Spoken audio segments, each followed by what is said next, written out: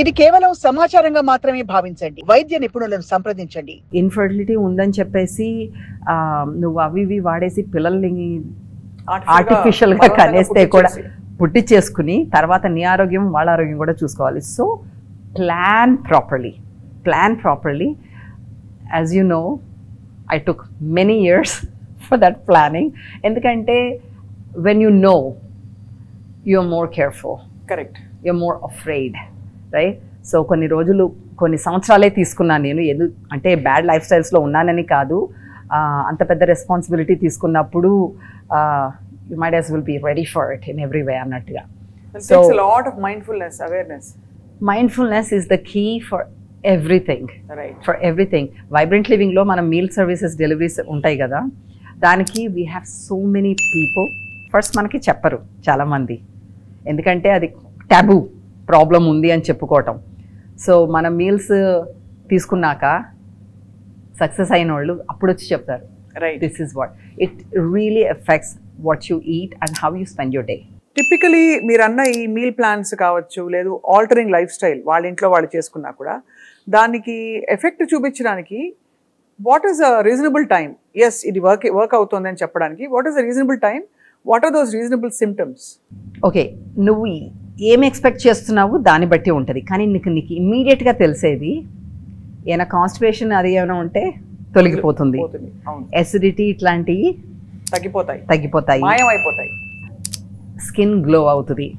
Okay, these are all the symptoms that it's working for you. Right. ఇంకా తర్వాత this is endocrinological system. It's takes time. ఒక నెలలో నేను ఇన్ఫర్టిలిటీని మార్చుకునేది కాదు. You need to give it time, 2 months, 3 months, maybe 6 months, but you do it consistently, regularly. ఇది ఒకలాంటి యజ్ఞం లాగా ఉంటుంది. అవును, ఒకలాంటి మెడిటేషన్. అదే నువ్వు పొద్దున లేచి వేడి నీళ్లు తాగటము, తర్వాత నీ బూడిద గుమ్మడికాయ జ్యూస్ తాగటం అని, లేకపోతే వీట్ గ్రాస్ షాట్ తాగటం అని, తర్వాత నువ్వు బ్రేక్ఫాస్ట్ అంటే ఎట్లాంటి బ్రేక్ఫాస్ట్ చేస్తావు, లంచ్ ఎట్లాంటి తింటావు, బయటికి వెళ్ళి తినాలంటే నువ్వు ఎలాంటి ఫుడ్ తింటే మంచిది, ఇవన్నీ you're so mindful, you feel so good, you stress will be out. Because పిల్లలు పుట్టలేదు అన్నది చాలా పెద్ద stress obviously when you want to have. And then society is another thing. You know పెళ్ళైనప్పటి నుంచి మొదలు పెడతారు ఎప్పుడు అని. యూనో వాళ్ళు రెడీగా ఉన్నారు లేదు అని కూడా చూసుకోకుండా, రైట్, వాళ్ళ ప్రాబ్లం ఏంటో చూసుకోకుండా కొంచెం యూనో ఎక్స్ట్రా స్ట్రెస్. అది వాళ్ళు పడుతున్నారు, వైఫ్ అండ్ హస్బెండ్, యూనో అబ్బాయి అమ్మాయి వాళ్ళ కష్టాల్లో వాళ్ళు ఉన్నారు, దానికి తోడు జనం ఇచ్చిన కష్టాలు. సో ఇవన్నీ మనము షీల్డ్ చేసుకుని go inwards and do the right thing one by one for yourself. Get your habits sorted.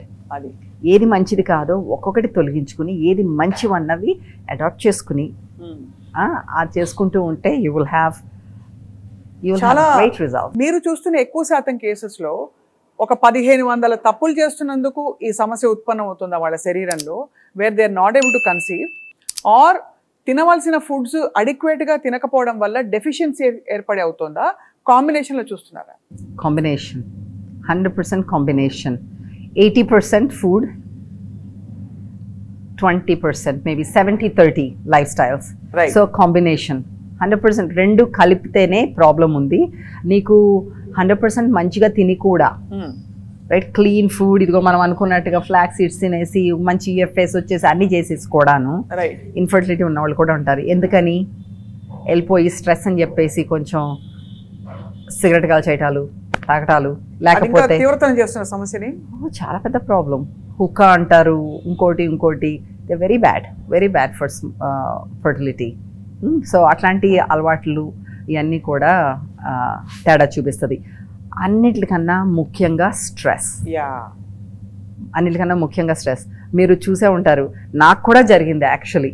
అలాంటి స్ట్రెస్ వల్ల పీరియడ్స్ డిలే అవ్వటము, ఆ డిలే అయితే నువ్వు ఎందుకు డిలే అయిందని నువ్వు భయపడటము. అలాగా నాకు around 30 years of age, maybe little 29-30, ఆ టైంలో చాలా ఎక్కువ పని ఎక్కువ ఉండేది. సో ఆ టైంలో ఆ brief period of time I could not take care of my self. ఎక్కువ చూసుకోలేకపోయేదాన్ని.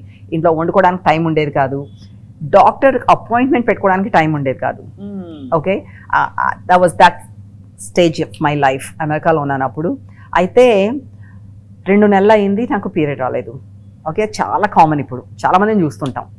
కానీ నాకు ఫస్ట్ టైం అట్లాగా అవ్వటం ఏంటి, ఇప్పుడు ప్రెగ్నెంట్ అయితే అసలు మంచి టైమే కాదు, చాలా బిజీగా ఉన్నాను, నేను అసలు సరిగా ఆరోగ్యం సరిగ్గా చూసుకోవట్లేదు, this is not the time, I want plan properly. అలాంటి టైంలో ఓకే నాకు ప్రెగ్నెంట్ కాకపోతే నాకేమైంది, ఇప్పుడు ఎందుకు రాలేదు, ఎప్పుడూ హెల్తీగా ఉంటాను కదా, ఏమైంది. సో అలాగా స్ట్రెస్ రోజు గుర్తొచ్చినప్పుడల్లా స్ట్రెస్ తర్వాత పనిలో పడిపోవటం, సరిగ్గా 11 గంటలకి పడుకున్నప్పుడు గుర్తొచ్చేది డాక్టర్ దగ్గరికి వెళ్ళాలి అని.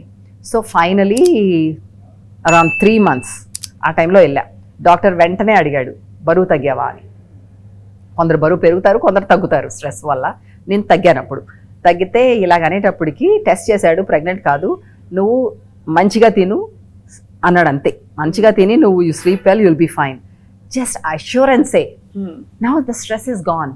You won't believe 4 days later I got my period and never again I had that problem because now I got my lesson sorted. So stress chusara enta against untudo manaki. Yeah, so ikkada very vital question and important is